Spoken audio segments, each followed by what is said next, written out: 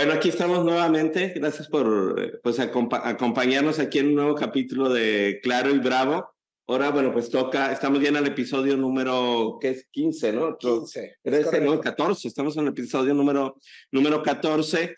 Y pues ahora nos toca empezar a abordar temas sobre aspectos de financiamiento. Y seguramente ese va a ser el primer capítulo de varios, en el cual vamos a estar hablando sobre esas fuentes de financiamiento a las cuales pueden acceder la pequeña y mediana empresa. Y bueno, para abordar estos temas, pues tenemos, como siempre, aquí a Yair Bravo, que forma parte aquí del equipo de Claro y Bravo. Y tenemos un invitado y un experto, Enrique Pérez Burger, el doctor Enrique Pérez Burger, que es CEO de Factor Express y pues muchas otras experiencias profesionales que ha tenido a lo largo de su trayectoria. Y pues gracias, Enrique, por acompañarnos. Si quieres, pues para que te conozca el auditorio que nos está escuchando y que nos va a estar escuchando a lo largo del capítulo, si quieres, pues platicaros un poco de dónde estás, qué haces, y pues entramos al tema directamente de financiamiento. ¿Cómo ves, Diego? Sí. Okay. Bienvenido. Gracias, muchas gracias por invitar. Mucho gusto estar compartiendo con este proyecto también vinculado de alguna manera al TEC, ¿no? Mi alma mater. Entonces, pues de alguna manera, pues siempre es alegre regresar también a la audiencia estudiantil, ¿no? Y bueno, yo básicamente soy director general de Factor Express. Es una de las SOFOMES más importantes del país. Es una SOFOM que cotiza en bolsa y de alguna manera hemos ya iniciado algunas operaciones en prácticamente todo el país. Somos una de las más importantes en financiamiento a PYME en México, y yo en lo personal también soy el director general fui presidente de ASOFOM durante los últimos 3 años, ahorita habiendo entregado la estafeta apenas en 1 de enero de este año, y todavía retengo la presidencia de la CAIFE, que es la Confederación de Asociaciones de Intermediarios Financieros Especializados, donde nos unimos las uniones de crédito, las SOFOMES, las fintechs, en una misma asociación, en un mismo gremio, para justamente pues tener más presencia de alguna manera en la incidencia política pública del país. Así que, digamos, desde el lado gremial, desde el lado empresarial, y efectivamente tengo un grado académico doctoral, he escrito 4 libros sobre inclusión financiera, sobre la figura de SOFOMES, etcétera. Pues ahí combinamos y le hacemos un poco de todo para pues concientizar sobre la importancia de financiar a las pymes en México. Perfecto. Excelente, Enrique. Oye, y pues para entrar en tema, ¿cómo decía ir si por ahí le escuchamos a Enrique a ver qué opina en dónde estamos en materia de financiamiento? Vaya, el auditorio que tenemos, bueno, pues es vasto. Vaya, entonces creo que sería interesante el ver en dónde está México en temas de financiamiento y qué es lo que están requiriendo ahorita las empresas, qué tipos de financiamientos. ¿Quieres de una manera muy general? Yo me iría un poquito más atrás. La misma pregunta, pero para ubicar un poquito a la audiencia es, normalmente las pequeñas y medianas empresas, muchos de ellos conocen el financiamiento bancario tradicional, pero no conocen el universo de fuentes de financiamiento, que esto puede ser un problema sobre todo para las pequeñas y también para las medianas, que es un tema muy superado en jurisdicciones como pudiera ser Estados Unidos o cualquier otro, ¿no? Es decir, para ellos la curva tradicional del financiamiento es un tema ya muy superado, pero quizá para los emprendedores aquí en México pues hay un desconocimiento total de un mundo de fuentes de financiamiento de acuerdo a su tamaño al que pueden tener acceso. Entonces, serían las 2 preguntas. Claro, con mucho gusto. Digo, lo primero que creo que es importante decir, hablando de México como país y sobre su financiamiento, creo que es muy importante decir que México está en el mejor momento de su historia a nivel comunidad empresarial, a nivel tamaño de la economía. O sea, México ahorita tiene muchos récords históricos. Primero, en cantidad de empresas constituidas, hay más de 5 millones de unidades empresariales en México, lo que es un récord absoluto e histórico. Eso hace también que la población económicamente activa sea la más grande de toda la historia de este país. Es decir, nunca había habido tanta gente en edad de trabajar, con un promedio de 29 años.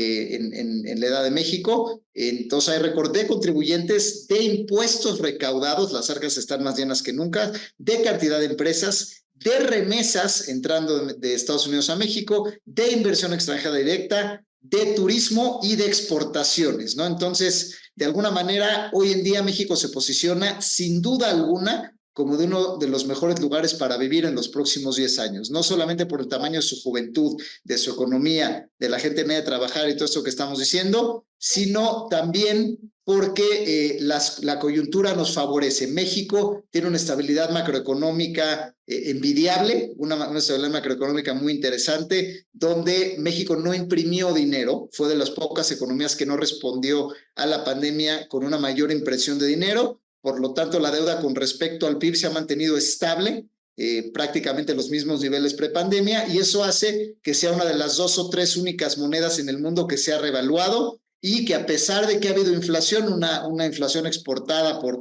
justamente toda esta maquinaria de impresión de dinero, México se mantiene estable, ¿no? O sea, no ha tenido, digamos, una inflación intrínseca más allá de digamos que la exportada o la generalizada en todo el mundo. Entonces, el hecho de no tener más deuda que otros países, de tener todos estos fenómenos y estos récords y esa estabilidad, hace que en México fluya mucho dinero. Entonces, lo primero que hay que saber antes de hablar de los tipos es que ahorita es el mejor momento histórico para emprender en México y es donde más probable es también en la historia de este país de conseguir dinero y financiamiento. Así que para la comunidad empresarial, emprendedora de este país, para la audiencia que nos está escuchando, si quieren emprender, es ahora, ¿no? Ahora es donde es más probable conseguir fuente de financiamiento y donde de alguna manera hay más posibilidades de éxito. Ahora, habiendo dicho esto, pues viene la pregunta 2, ¿no? Pues ¿por dónde empiezo, no? O sea, ahora sí que la pyme, ¿cuál es el ABC o dónde empiezo a buscar, ¿no? Y déjenme referirme de manera alegórica. Yo creo que hoy en día hay 2 caminos, macro caminos, que a su vez se subdividen, ¿no? Y para explicarlo claramente, digamos que puedes irte por la carretera de cuota o por la carretera libre, haciendo a esta alusión a esta película bueno, que salían de Goluna y ahí Gael García en sus años jóvenes, ¿no? Y tu mamá también me parece que se llamaba, ¿no? Pero bueno, esto es para ilustrar. Si te vas por la carretera de cuota, es un camino convencional, de largo plazo, pero de una apuesta segura, ¿no? La vía de cuota es donde vas estructurando a tu empresa, la vas haciendo cada vez más grande, vas rentabilizándola, le vas metiendo gobierno corporativo y es un caminito largo que a medida es meritocrático. A medida que progresa tu empresa, recibes los financiamientos, ¿no? Primero empiezas con un tema de Friends and Family, donde pues los amigos y familiares son los primeros que le tienen que apostar a tu negocio, porque tu negocio es un proyecto, todavía no tiene estados financieros, no tiene historial. Esto es lo que se conoce como capital ángel, ¿no? O capital semilla, ¿no? Es decir, los angel investors o inversionistas ángeles es pues esta gente que literal se denomina ángel porque pues es el ángel que te salva, ¿no? Es el que te protege, tu guardián, que dice, bueno, pues yo no sé si jala o no jala, si voy a perder mi dinero o no, pero le apuesto a una persona en específico, al emprendedor en este caso, que va a salir adelante, ¿no? Este es el capital semilla, también por eso se le conoce así, porque pues bueno, le entro contigo desde la siembra. Ya si se cosecha, pues qué bueno, y si no se cosecha, pues bueno, mala tarde, ¿no? Es parte del riesgo que asumen estos, ¿no? Ya que vas y digamos, teniendo un modelo de negocio viable, es donde normalmente pues empiezan los primeros créditos como tal de apalancamiento, que hoy en día esta industria está dominada por las sociedades financieras de objeto múltiple o SOFOMES. Las SOFOMES hoy en día representan 6 de cada 10 de los primeros créditos nuevos que reciben las empresas, es decir, la abrumadora mayoría de las nuevas empresas obtienen su primer financiamiento de una sociedad financiera de objeto múltiple que no es un banco. Una SOFOM justamente puede hacer exactamente lo mismo que un banco, puede prestar arrendamientos, factorajes, créditos, igual si quieren después nos vamos a detalle de estos productos, pero bueno, puede hacer lo mismo con la única diferencia de que el banco capta ahorro también y tiene su tarjeta de nómina donde cobras y donde ahorras, y la SOFOM no. La SOFOM solo hace préstamos, no hace captación. Una pregunta ahí, ya empezando a tocar algunos temas. Nos queda claro el Friends and Family, normalmente pues te pueden prestar o pueden entrar a capital, que podría ser o una mezcla de los dos. Luego tienes, digamos que entonces sería deuda y capital, y luego tienes las SOFOMES y los bancos. En las SOFOMES y los bancos es son esquemas de financiamiento al 100%. Y la pregunta sería y seguramente le está pasando a la gente por la mente, es ¿cuál sería la diferencia entre acceder a ese tipo de financiamiento en una SOFOM versus un banco, políticas, tasas, pros, contras? ¿Cómo lo ves tú? Pues mira, es un poco de todo. Primero hay que saber que en las SOFOMES hay un rango amplio, ¿no? Pero vamos a empezar por la base. Normalmente un banco no te va a prestar a menos que tengas 2 años operando y la empresa ya gane dinero, esté rentable y exista un aval que tenga una propiedad en garantía, ¿no? Entonces, si tú estás empezando un negocio y ya conseguiste a los inversionistas ángeles que le apostaron contigo y estás en tu primer año de operación, no puedes ir a un banco, ¿no? Oye, mira, sí jalo el negocio, ya llevo un año, ya está jalando, y ahora te decir, no, pues no te presto porque llevas menos de un año. Oye, pero mira, mis ritmos de crecimiento, la empresa ahí va, ya está por superar el punto de equilibrio, sí, pero hasta que no lo tengas el punto de equilibrio, no le entro tampoco, ¿no? Y si no me das una garantía ahorita de facto, pues también difícilmente el banco le entra, ¿no? Entonces, las SOFOMES normalmente tienen esa mayor flexibilidad. O sea, una SOFOM, pues que su board normalmente son empresarios mismos. Las SOFOMES generalmente son pymes financieras que atienden a pymes no financieras y normalmente los inversionistas de una SOFOM son empresarios que juntos, digamos, pusieron dinero para ser socios capitalistas de una SOFOM que presta a su vez, ¿no? Entonces, digamos que es empresarios prestándole a otros empresarios. Entonces, habiendo dicho eso, dado que no son banqueros de toda la vida los dueños de las SOFOMES, sino pues esta mezcla empresarial, pues tú le prestas a un colega, ¿no? Y hay una especie de empatía, de resonancia, donde dice, bueno, vamos a prestarle a este chavo, que pues así como está él, pues yo estuve en algún momento, ¿no? Y mira, este cuate le está pegando al e-commerce, y el e-commerce es lo de hoy, y este cuate está vendiendo ahorita perfumes por internet, de contratipo, que a lo mejor no hay en el mercado, claramente está con una tendencia alcista, necesita capital de trabajo porque ahorita los fletes de China se están complicando, tardan más de 90 días, pero pues Amazon paga perfecto, no hace descuentos, entonces las SOFOMES podemos hacer eso, ¿no? Oye, pues el modelo de negocio no tiene tanto riesgo, el negocio, la fuente de pago es segura, no hay descuentos, no hay promociones, no son departamentales abusivas, por ejemplo, ¿no? Entonces, aquí puede hacer sentido la operación y entonces asumes un poco más de riesgo, ¿no? Entonces dices, pues yo igual me salto el requisito de los 2 años, o aunque, digamos, si el punto de equilibrio se vislumbra los próximos 6 meses, pero ahorita todavía no, pues igual y me la rifo, ¿no? O igual y omito el tema de la garantía inmobiliaria si el emprendedor ahorita no la tiene y me voy a lo mejor por el inventario, ¿no? Me voy por alguna prenda, me voy por alguna alternativa a lo mejor un poco más creativa, ¿no? Sin embargo, es una generalidad, o sea, las SOFOMES también hay quienes atienden desde créditos sobre nómina, préstamos de 1,000 pesos, hasta SOFOMES que pues cotizamos en bolsa y hacemos tickets promedio de 3 a 5 millones, empresas ya más medianas, ¿no? Entonces, a grandes rasgos, digamos que las SOFOMES normalmente son más caras porque nuestro costo de financiamiento es institucional, es decir, digamos que el tema de las tasas, la gran diferencia entre bancos y SOFOMES es que el banco, el costo de dinero es lo que nos dan de rendimiento en nuestras tarjetas de nómina. O sea, ustedes donde les depositan la nómina, ¿cuál es su rendimiento anual de ese dinero que tienen en su tarjeta de nómina? La respuesta es 0. O sea, es un dinero que más bien es como si fuera una caja fuerte. Lo guardas, pero no te da rendimiento. Y ese es el costo del dinero del banco, 0, ¿no? En cambio, en las SOFOMES, como no captamos dinero del público en general, el dinero que nosotros prestamos tiene que ser de este concepto que se llama inversionista calificado. Es decir, una institución que conoce el riesgo y le entra.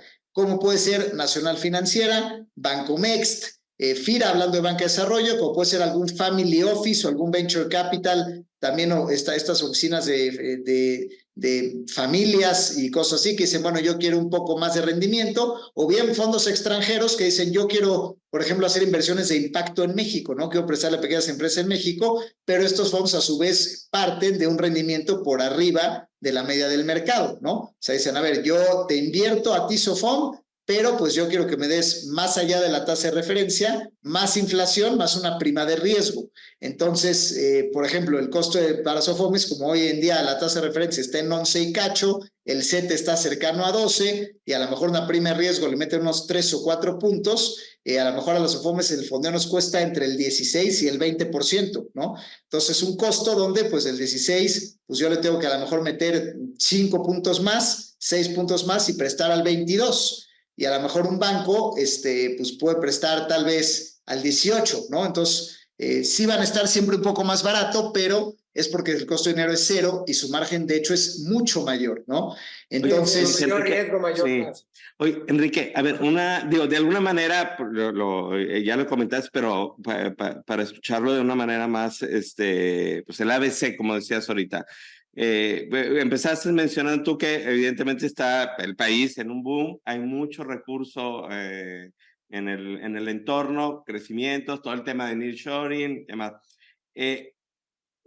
Vamos poniendo un ejemplo, una empresa que sí tiene... Me voy más para atrás, perdón, me voy más para atrás porque te interrumpí. Estábamos, nada más para dejar el escenario general y no nos vayamos a los particulares.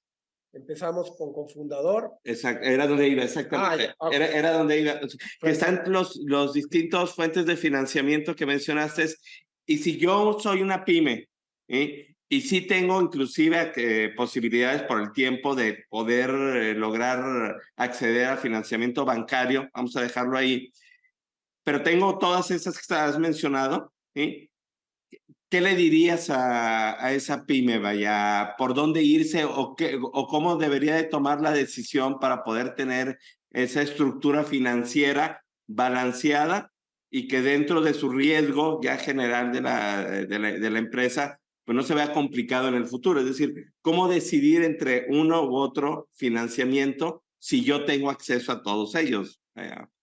Claro, por supuesto, sí, es un buen punto retomar. Entonces, habíamos hablado primero del tema de capital semilla, de Friends and Family, de Venture Capital posiblemente. Después vamos a los créditos de intermediarios financieros no bancarios, donde están las SOFOMES, que van a ser tal vez un poco más caro, pero más flexibles, más tolerables al riesgo, que se van a aventar más a apostarle al emprendedor de alguna manera y permitirle el sí trabajar. Y ya normalmente que la empresa va trabajando, entonces ya que cumplió los 2 años, ya que rentables, donde empiezan a llegar los bancos tradicionales, ¿no? Ahí la recomendación para estas pymes cuando empiezan a llegar los bancos es, pues quédate con todo, ¿no? O sea, sí, conserva tu línea de SOFOMES y conserva tus líneas bancarias, ¿no? ¿Por qué? Porque, por ejemplo, un banco te va a decir, bueno, ya eres elegible para un crédito porque pues ya vi tu nómina, cómo está circulando, ¿no? Entonces te van a decir, yo te ofrezco un crédito a menor tasa, pero es un simple a 24 meses. Pero a lo mejor tú nada más necesitabas un dinero por 17 días, ¿no? Porque pues tuviste un hoyo en la nómina, o era el aguinaldo de diciembre, o te entró cualquier cosa, ¿no? En la importación, en la aduana, se te quedó atorado un producto y necesitas liberarlo para que no te cueste almacenaje, y pues no vas a tomar un crédito a 2 años, ¿verdad? Que es lo que te ofrece el banco. Entonces, una SOFOM te dice, sí, yo sí te puedo dar un crédito a 17 días, no te penalizo por prepago, y te ayudo, ¿no? Entonces las SOFOMES justamente tenemos esa versatilidad de una mayor empatía porque hay a quien hablarle por teléfono, ¿no? O sea, la pyme le puede hablar a su ejecutivo o hasta al dueño de la SOFOM. Oye, compadre, pues tengo este tema, necesito que me ayudes a desatorar esta contingencia de nómina o de hacer un clean-up o de sacar de almacén o lo que sea por 17 días y te lo prepago. Obviamente, si tú tuvieras con un banco grande una contingencia así, pues no puedes hablar a los bancos más grandes del país a decir, oigan, échenme la mano, cámbienme las condiciones del crédito y no me lo hagan simple, háganme lo realmente por 7 días de entrada. No hay ni un número a cual hablar, nadie te va a atender y obviamente una autorización de esas tomaría meses y meses cuando tú lo necesitas que te resuelvan en 15 minutos, ¿no? Entonces, por eso hay que tener siempre de las dos, o sea, son etapas, pero también no es que la etapa posterior descarta la anterior, sino más bien va complementando.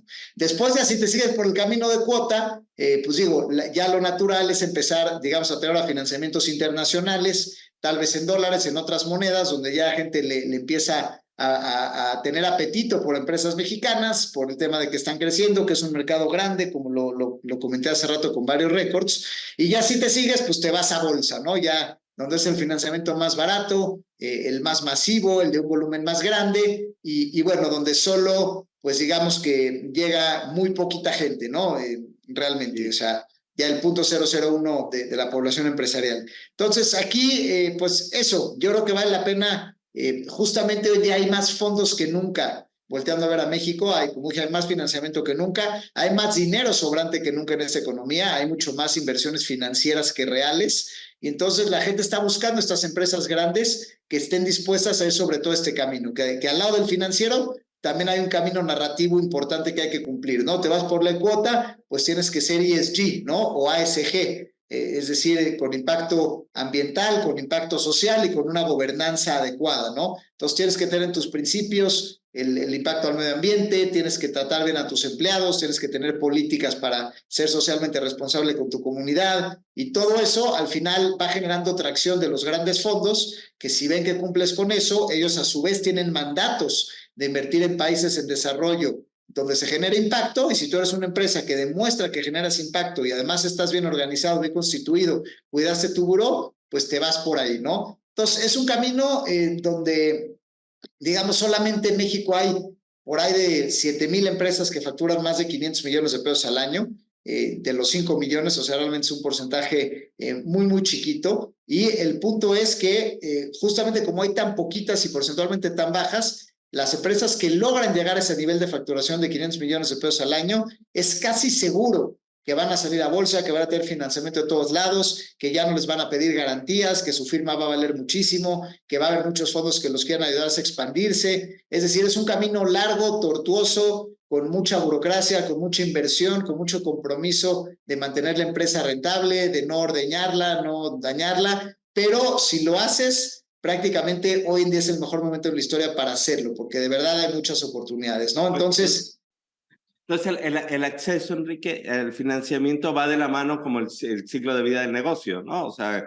cuando vas empezando, pues cuando vas arrancando por la carretera de cuota, y ya al final, ya cuando eres una empresa madura, pues ya tienes todas las características que acabas de mencionar para poder colocar acciones. Y lo que saco de lo que estás... Deuda. O deuda, exactamente, o deuda. Y lo que saco de lo que estás comentando es que entonces, de alguna manera, las SOFOMES o todas estas, todo lo que está abajo de banca, por decirlo de alguna manera, para decirlo de manera simple, de alguna manera es más sencillo conseguir para todo lo que viene siendo capital de trabajo. Y ya de ahí para arriba banca, pues son recursos que se requieren más para la parte de inversión, para todo lo que viene siendo CAPEX, porque ya requiere más un análisis y la empresa más madura. Es lo que estoy entendiendo, ¿verdad? Sí, es correcto. Digamos que son etapas donde hay que probar muchas más. O sea, ya no es nada más el ímpetu del emprendedor o el potencial del negocio, sino ya cuando llegas a los bancos es pues porque tu inventario, tu diversificación de clientes, todo demuestra, donde eso también vas a llegar a SOFOMES más grandes, no nada más a bancos, pero tienes una mezcla donde ya van a cuestiones más específicas, ¿no? Ya no es como un financiamiento general a ver si el negocio jala, sino bueno, arrendamiento a lo mejor para comprar una máquina, ¿no? Donde vayas reduciendo las rentas mes a mes, o a lo mejor tu flotilla de coches, ¿no? O un factoraje, porque pues le vendes a clientes grandes que te pagan a 90 o 120 días y hay que entonces, para poderle vender a los clientes grandes, pues hay que también tener el capital de trabajo suficiente, ¿no? Entonces ya vas necesitando varios productos también, ya no es nada más un crédito de capital de intereses, a veces arrendamiento, a veces factoraje, a veces necesitas revolventes donde justamente no pagues capital y pagues puros intereses para optimizar la cantidad de dinero que estás usando en trabajar a la empresa. Y bueno, también es otro tipo de crédito que puedes usar, y por eso es que es difícil que una sola institución financiera te resuelva todo. Vas a tener igual y el banco que te da el simple, la SOFOM que te ofrece el factoraje, otra SOFOM que te ofrece el arrendamiento de tu flotilla, y bueno, es donde vas haciendo tu mezcla de aliados de alguna manera, ¿no? ¿Qué piensas de las plataformas digitales? ¿Cuál es tu opinión? ¿Cuál es el contexto? Bueno, esa es una excelente pregunta y me llevaría al otro macro camino, ¿no?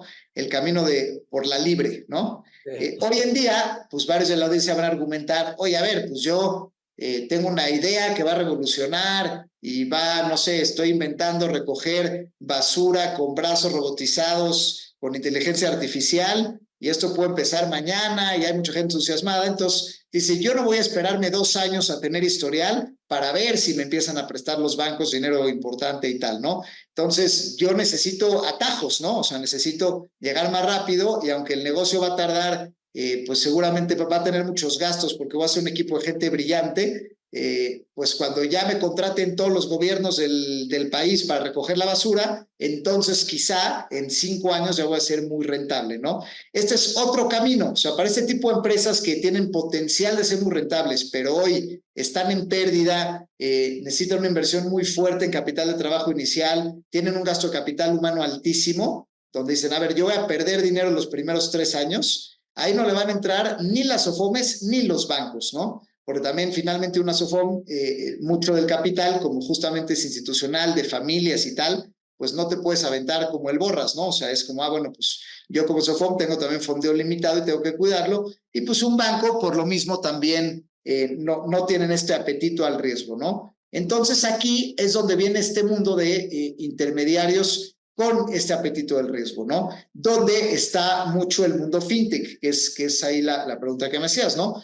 Oye, ¿qué onda con este fondeo cognitivo? Entonces, el mundo fintech, pues justamente tú puedes decir eso, oye, a ver, tengo un proyecto de recolección de basura con inteligencia artificial y lo subo a una plataforma fintech y les digo, amigos, los que se quieran subir a este proyecto que va a revolucionar el medio ambiente, que va a cuidar a la ciudad, que va a sustituir las condiciones precarias de los pepenadores, porque ahora ya van a ser robots y entonces ya la gente no va a respirar basura y vamos a tener empleos más dignos y vamos a generar más limpieza y tal. Le dices a la gente, pues métele desde 1,000 pesos, yo estoy levantando 20 millones y acepto inversiones desde 1,000 pesos hasta, no sé, 100,000, y la plataforma lo que hace es que publica esta oportunidad, vende una historia, no estados financieros, no resultados, vende una historia, una narrativa, como lo que le estoy diciendo, ¿no? ¿Qué problema va a resolver? ¿Cómo ayuda al medio ambiente? ¿Por qué es importante? ¿Qué gente está detrás? ¿Cuál es el potencial? O sea, vendes un storytelling atractivo y entonces la plataforma lo abre y van a ver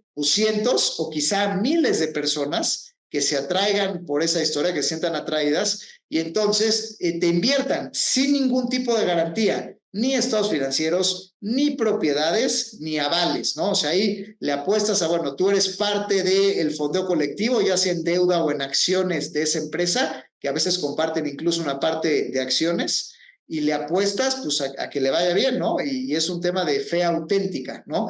Que es estas sesiones de fondeo colectivo, ¿no? Algunas quizá pueden pedir garantías, pero también es complejo porque a la hora de la ejecución pues puede llevar mucho tiempo y estas plataformas viven de reputación, de que los proyectos que ellos abanderan pues realmente sí se recupera el dinero, porque si al final estos miles de usuarios el proyecto se atoró, aunque al final acaben recuperando esos 3 años después, pues ya la plataforma se quema, ¿no?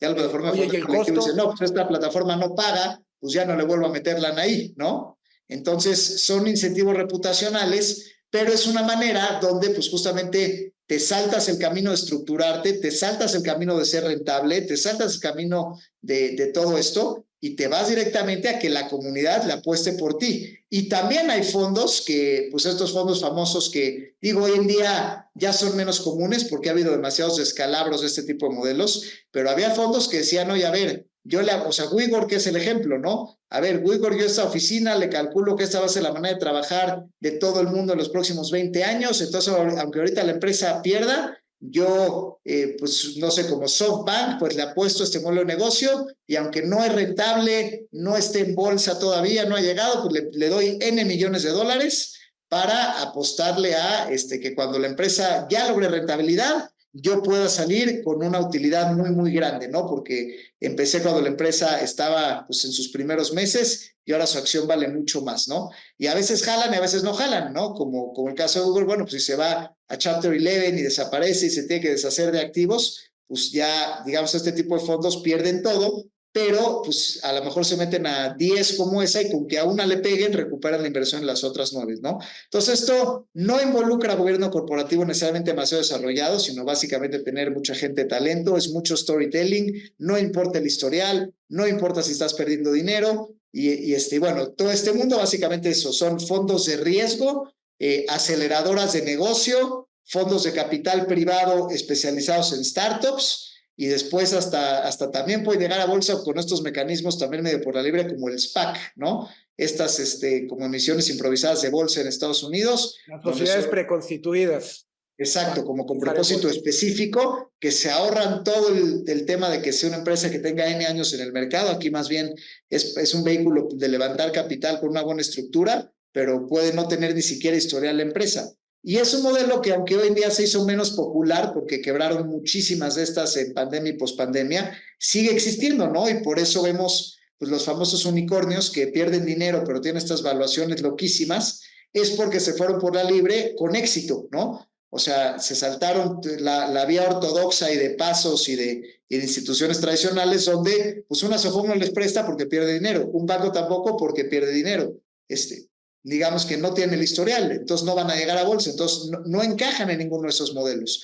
Pero si su historia es buena, la comunidad dice en una fintech de fondeo colectivo, va, órale, yo me compro esto de hacer una ciudad más eficiente en basura y pues igual y no arriesgo tanto, pero le meto 5,000 pesitos. Y pues si jala, me están diciendo que me van a dar un rendimiento de, no sé, 25% anual en deuda, y si no me lo transforman en acciones, ¿no? O sea, tienen que dar un rendimiento más allá las fintechs. Sí, por eso es lo que iba, es más bastante caro el financiamiento. Digamos que en la evolución, en tema de costo-beneficio, pues tienes un gran beneficio porque no tienes acceso al financiamiento, pero el costo es mucho mayor a lo que pudiera ser el sistema de financiamiento tradicional, al cual no tienes acceso, y al que pudieras tener acceso en SOFOM, que es más barato que este tipo de plataformas. Pero Claro. lo que estabas diciendo tú, Enrique, caminas más rápido por la carretera libre, vaya, el tener acceso a ese financiamiento, pero con mayor riesgo, y el riesgo lo estás pagando ¿Lo estás pensando desde la perspectiva del inversionista? no, desde la... Sí, sí, sí. Okay, muy bien. Sí, o sea, como bien dice Jorge, la relación riesgo-rendimiento, efectivamente, ¿no? O sea, al final, como eres empresa mucho más riesgosa, tienes que pagar más tasa de interés, y es un círculo vicioso, porque al pagar más tasa de interés, pues si de por sí no eres rentable y tus costos suben, pues tienes que ser mucho más agresivo en tu crecimiento para llegar a la rentabilidad más rápido y no tronar, ¿no? O sea, entonces vuelve una carrera contra el tiempo bastante estresante. Es un modelo, pues digamos, donde es menos la probabilidad de tener éxito, mucho menos, pero bueno, quien sí lo logra, pues la abuela del parque, ¿no? Porque pues desde el día uno ya vale millones de dólares y le empiezan a entrar fondos. Y bueno, las historias de Kavax, Clips, eso, Colchones Luna, pues han sido básicamente historias de esta naturaleza, ¿no? O sea, que gente le apuesta al capital semilla, algunas jalan, algunas no, algunas jalan un rato y luego ya no. Pero bueno, finalmente es una vía válida, ¿no? También para finalmente ciertos conceptos disruptivos en el mercado que vienen a transformar industrias y que no pueden esperar el caminito tradicional de 2-3 años, porque en 2-3 años vuelve a cambiar el mundo otra vez. Entonces, pues hay quien sí tiene ese apetito y quien dice, va, pues yo le entro al potencial del negocio y sé que puedo perder todo, pero pues hoy en día la verdad es que hay de todo en el mercado y sí hay fondos con con esta disposición a apoyar este tipo de empresas, siempre y cuando pues la idea sea muy brillante y el modelo de negocio lo vean con potencial, ¿no? Oye, Enrique, ¿y cómo va viendo un poco hacia el futuro y viendo cómo estamos ahorita? Es decir, en el mercado, en cuestión de participación de mercado, este tipo de fuentes de financiamiento, vaya, en México, pues tú sabes más de esto que nosotros, pues las pymes, pues mueven a México, no sé, a lo mejor le falla el número, pero vaya, el 90% son pymes, vaya, son los que mueven el crecimiento y pues son los que están en búsqueda de financiamiento. Pero ahora viéndolo desde el lado del pastel, ¿cómo están repartidos estas colocaciones de financiamiento en los distintos tipos que hemos estado aquí mencionando? No, pues mira, el banco tiene más o menos, digo, hablando solamente del sector privado, ¿no? Sí. Porque ya si ves financiamiento a gobierno es otro animal y se distorsiona el modelo, ¿no? Pero digamos que si dividiéramos el pastel en 20%, en 5, de alguna manera, digamos que un 80% del financiamiento de empresas es por bancos y un 20% es por SOFOMES, ¿no? Prácticamente con eso logras el 100. El tema fintech quizá compute por el 1% del mercado, o sea, que el banco a lo mejor tenga 79, o sea, realmente es muy poquito porque tiene que ser, o sea, para que alguien le aviente una idea a millones de dólares, un modelo todavía no probado y todavía no rentable, de veras tiene que ser muy brillante. Y aunque pueda ser un financiamiento inicial de, bueno, le van a meter 20 millones de dólares a esta tarjeta de crédito digital, que es un dineral para el emprendedor y seguramente le va a dar oxígeno porque pues se los va a gastar durante los próximos 48 meses a ver si la libra o no la libra, ya a nivel agregado de cifras no pintan, o sea, esos 400 millones de pesos no pintan en los billones y billones que se colocan en México, ¿no? Entonces, o sea, por eso es un camino más improbable, pero el emprendedor que la aprende en esa, pues de repente dices, oye, de un Excel o de un PowerPoint levantó $10 millones, ¿no? ¡Qué locura!, ¿no? Entonces sí puede pasar, pero digamos que a nivel macro, la realidad es que la industria del financiamiento está dominada por bancos y SOFOMES, ¿no? Y las SOFOMES han crecido muchísimo. Esto de que ya sean 1 de cada 5 pesos se ha prestado por SOFOMES es una gran noticia, porque quiere decir que las SOFOMES sí han ganado mercado y han obligado a este consorcio de 5 bancos prácticamente que tenían toda la operación del país a pues se han metido un poco más, ¿no? Y las SOFOMES hoy en día pues obligan a la industria a ser más competitiva, más flexible, más rápida en su análisis, más tecnológica, y pues hoy en día creo que el que gana finalmente es el usuario, el empresario, ¿no? Que justamente no es que escoge uno u otro, sino más bien tiene de todo, pero pues cada vez tiene mejores servicios a su alcance, ¿no? Una pregunta para ti. Asumo que teniendo diferentes políticas y procedimientos en el otorgamiento del crédito, la SOFOM con las instituciones financieras, al tenerlas más relajadas, tienen un mayor riesgo y eventualmente pueden llegar a tener niveles mayores de cartera vencida que las instituciones financieras, sobre todo porque las políticas y procedimientos de los bancos, basadas en la circular de la Comisión Nacional Bancaria de Valores y basadas en sus experiencias personales, pues bueno, están, digamos que tienen la tendencia, obviamente, a tener una mayor seguridad en el otorgamiento del crédito. Esto incide en el costo de la SOFOM, pero también incide en su cartera vencida. Sí, definitivamente sí. O sea, y aquí hay que entender por eso que digamos que los bancos y las SOFOMES son parte de un rompecabezas y complementario al sistema financiero, ¿no? Los bancos, efectivamente, como ya sabemos que en México la banca es la más rentable del mundo. O sea, los bancos ganan más dinero en México que cualquier otro país del mundo, siendo que operan en Europa, sí, Alemania, Japones, etcétera. O sea, como países que dirías, bueno, hay mucha, incluso PIB más grande que el de México, y sin embargo acá por mucho es el más rentable, la operación más rentable, ¿no? Entonces, en ese sentido, aquí lo interesante es que, pues justamente las SOFOMES sí asumimos un mayor riesgo, ¿no? Digamos que los bancos no tendrían por qué moverse y nosotros además tampoco podemos competir del tú a tú por los bancos porque no podemos captar. Entonces, nuestro costo no es cero.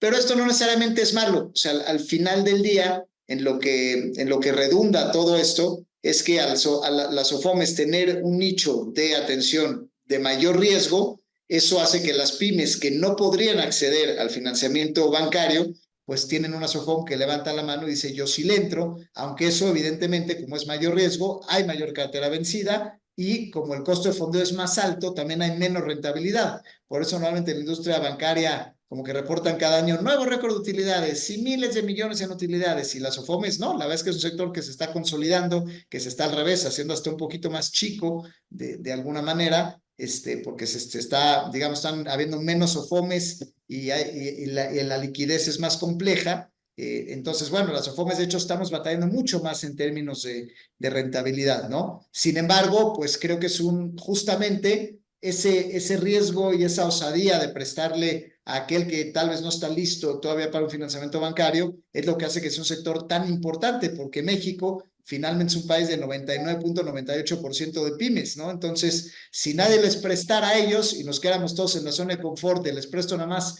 al núcleo más grande, que de por sí es el más rentable del mundo, pues entonces, por eso México pues tiene mucho menos financiamiento con respecto al PIB que Brasil, que Chile, que Panamá, que casi todos sus pares de América Latina, digamos, similares, ¿no? Entonces, las SOFOMES venían precisamente a cumplir ese reto, lo estamos cumpliendo, pero sí el costo a pagar por eso, que implica un mayor riesgo, pues sin duda es una rentabilidad más compleja y una cartera vencida más alta, ¿no?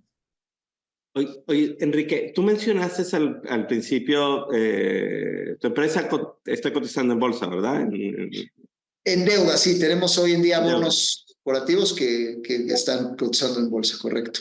Ok, y bueno, a veces algunas empresas que ya tienen posibilidad de colocar deuda o acciones, vaya, ahora tienen la posibilidad pues tienen dos alternativas, vaya, la Bolsa Mexicana de Valores y Viva, bueno, pues está enfocada a empresas de menor tamaño. Si pudieras platicarnos vaya, porque yo tuve la fortuna por ahí, no me acuerdo del año, pero creo que nos vimos por ahí en México, que estabas iniciando tu empresa, inclusive creo que me platicaste que estabas por formar algo, lo lanzaste, y si nos pudieras platicar aquí al auditorio, ¿qué fue lo que viviste a lo largo del camino para poder para hacer crecer tu compañía, tu empresa, Sofom, hasta llegar a la colocación de deuda? ¿Sí? Porque vaya, si es un camino y por lo que veo, pues tú seguiste el camino pues de cuota, ¿no? O sea, Así es. el menos tortuoso. Entonces, creo que sería muy enriquecedor si nos platicas ese camino y qué deberían de fijarse o qué les recomendarías que visualizaran mucho las empresas que están por recorrer ese camino o que lo están recorriendo. Sí, gracias Jorge por la pregunta. Sin duda es una pregunta divertida de contestar por todo lo que implica. Y sí, yo pues eso, seguí el camino de cuota, empezamos con Friends and Family, levantamos justamente un dinero inicial para de alguna manera empezar a prestar. Después empezamos con Banca de Desarrollo, Financiera Nacional de Desarrollo, en ese momento Financiera Rural le apostó por nosotros, luego le apostó el FIFOMI, y bueno, fuimos creciendo, ya le empezó a apostar Banca de Desarrollo un poco más premium, que fue FIRA, fue NAFIN, algunos fondos de impacto le empezaron a entrar también con nosotros porque pues finalmente activamos empresas pequeñas en México, y bueno, y ya de ahí, cuando alcanzamos un cierto tamaño, arriba de los 400 millones de pesos colocados, ya fue cuando tuvimos el tamaño mínimo para salir a bolsa, ¿no? Como entidad financiera en deuda, porque para equity, para acciones necesitas como 20,000, o sea, es no poquito, mucho más, o sea, tiene que ser 40 veces más grande, ¿no? Entonces, de lo que somos, con todo y todo, que ahorita, pues con ese monto estamos dentro del 5% más importante del país, ¿no? Sin embargo, hay mucho camino todavía para una oferta inicial de acciones, ¿no? Pero, digamos, a pesar de que ya soy el rimbombante, el número de los 400, la realidad es que es una empresa manejada todavía por 20 personas, ¿no? O sea, nosotros en el equipo somos siempre entre 20 y 25 personas, y el llegar a bolsa, pues justamente romper el mito de que tienes que ser este empresario enorme, grandísimo, con 20 años en el mercado, con familias de abolengo. La realidad es que no. O sea, al final del día hay mucho dinero institucional que requiere ser invertido, que quiere invertir en cosas de impacto y que está esperando emprendedores que lleguen ahí. Entonces, si tú llegas y dices, mira, yo no soy tan grande, pero tengo claro, por ejemplo, nosotros tenemos claro que no le prestamos al gobierno, ¿no? No prestamos crédito al consumo, no prestamos créditos sobre nómina y ni créditos personales. Es decir, nosotros, a ver, yo no le entro a negociaciones con gobierno, ni a sindicatos, ni a consumo para la fiesta de 15 de la niña. O sea, a ver, yo solo empresas, solo crédito productivo, solo empresas que tengan pues ya pues un cierto historial, un buen proyecto de negocio. Lo estructuro de esta manera con mi proceso de crédito, tomo decisiones de manera ordenada, tengo un comité de crédito que se junta, tengo consejeros independientes, rindo cuentas, me audito y soy transparente en mis estados financieros, tengo fideicomisos de cobranza. O sea, es un tema nada más de armarte bien y ser claro. Y si tú llegas al mercado y dices, mira, yo le presto a pymes con este modelo de riesgo, puedes llegar a bolsa más fácil, más rápido, y de una manera quizá más sencilla de lo que la gente se imagina, ¿no? Obviamente tienes que hacer la chamba de organizarte, pero es eso, ¿no? Como decidirte a realmente tener una buena estructura clara, porque fondos hay. Dicen, oye, a ver, yo quiero invertir en México en impacto, pero pues no le voy a ofrecer dinero a Bancomer, ¿verdad? Porque pues ni lo necesitan, ni lo van a tomar. Entonces, ¿cómo le hago si quiero invertir en impacto, pero tampoco yo como fondo europeo, por ejemplo, o como inversionista institucional en México de banca privada, pues yo tampoco quiero invertir todos mis huevos en una sola canasta, ¿no? En una pyme que igual y truena. En cambio, en una SOFOM, que le presta a su vez a cientos de empresas, pues estoy diversificado indirectamente. Entonces, quieren que haya SOFOMes que lleguemos a este nivel. Entonces, de alguna manera, y eso aplica para todos los sectores, ¿no? O sea, el apetito de inversión en impacto es alto, o sea, creo que la bolsa está esperando, la ley del mercado de valores que se acaba de autorizar, pues justamente está simplificando este proceso, está diciendo, ya ni la bancaria te tiene que dar el visto bueno, ¿no? Ya las propias bolsas te aceleran el trámite para que sean unos pocos meses. Entonces, yo creo que ahorita el reto de México es justamente ese, ¿no? Ambicionar a que las empresas sean más grandes, tengan mayor impacto, y esto se traduce en que tengan más lana para operar y de alguna manera compartan la estructura accionaria para que haya más rendición de cuentas. Entonces yo diría, Es alcanzable, es más fácil de lo que parece, de alguna manera, pero pues eso, o sea, sí tienes que estar en la de cuota finalmente, ¿no? Si dices, ay, mira, ahorita te mando mi Excel porque en mi Excel sí gano dinero, pero reporto pérdidas por estrategia fiscal, pues ya no te fuiste por la de cuota, o sea, nadie le va a prestar a una empresa que pierde dinero, o sea, flagrantemente, o que no le invierte en capital, o que no tiene consejos, o que no tienen una narrativa de impacto social y no hace nada, o que de alguna manera los empleados están descontentos, o sea, al final del día, aunque sea exitoso el proyecto, tú también tienes que, o sea, vestirlo conforme a la expectativa del mundo corporativo actual. Y ese es el reto, ¿no? O sea, que obviamente eso cuesta dinero, todas las certificaciones, las primeras salidas a bolsa son caras. O sea, esto no es un proceso de ganar dinero necesariamente, ¿eh? O sea, son caminos largos que implican mucha reinversión, mucha visión de largo plazo, estar dispuesto a no retirar dividendos un buen número de años y pues igual y son los sueldos, o sea, cosas así. Y pues es una visión de pues permanecer tal vez pues más de 10 años en el mercado, ¿no? Que es yo creo que un poco la educación financiera que sería necesaria. Hoy en día el mundo poco tolerante a esa paciencia, por eso prefiere por la libre, ¿no? No, yo no ni más voy a esperar 10 años, yo mejor vendo una idea ultra revolucionaria, hago un buen PowerPoint, vendo una buena historia y a ver si un crowdfunding o una fintech o algún fondo rifado pues ya me dan los millones de dólares, ¿no? Pero pues no, la gente no está consciente que es mucho, pero mucho menor la posibilidad de que esto pase, que además hoy en día ya los fondos son mucho más cautelosos y hoy en día pues es tal vez un poco más fantasioso, sin decir que no exista, ¿no? O sea, al final existe y siempre pues el genio innovador es el genio innovador y si realmente existe ese genio, pues igual y sí va a haber alguien que le meta a su idea, pero yo el consejo que le puedo dar a la gente es más bien, México ahorita necesita proyectos grandes, ¿no? O sea, necesitamos el primer coche mexicano, el primer celular mexicano, las primeras pantallas de televisión mexicanas, la primera aeronave mexicana, los primeros aviones mexicanos. Es decir, necesitamos gente que ambicione a generar grandes empresas en México y se aproveche de la bonanza de empleo, de bono demográfico, de inversión, de todo lo que hay para llegar ahí, ¿no? Y sí, obviamente es un camino más largo, más laborioso, de más estudio, de más alianzas, de ceder acciones, de todo eso, pero sin duda creo que hoy en día el camino está puesto más que en ningún otro momento. Enrique, otra pregunta. Bueno, son varias preguntas en una pregunta y es del costo de mantenimiento en bolsa. Y aquí voy a ampliar la pregunta versus el financiamiento tradicional. Y me voy a ampliar más. Obviamente tienes el Viva y tienes la Bolsa Mexicana de Valores. Y me voy a ampliar más todavía. Tienes lo que, como tú comentas, lo que es deuda y capital. Tú ahorita estás en deuda, no estás en capital. Pero haciendo una semblanza genérica de esta pregunta en su contexto, ¿qué nos podrías platicar tú del costo bancario versus mantenimiento en cualquiera de las bolsas o en una bolsa y en otra? ¿Cuál es tu perspectiva? Porque, por ejemplo, y poniéndolo en contexto, hay muchas empresas que se están deslistando por varias razones, no necesariamente por el costo, que algunas se quejan del costo de mantenimiento en bolsa.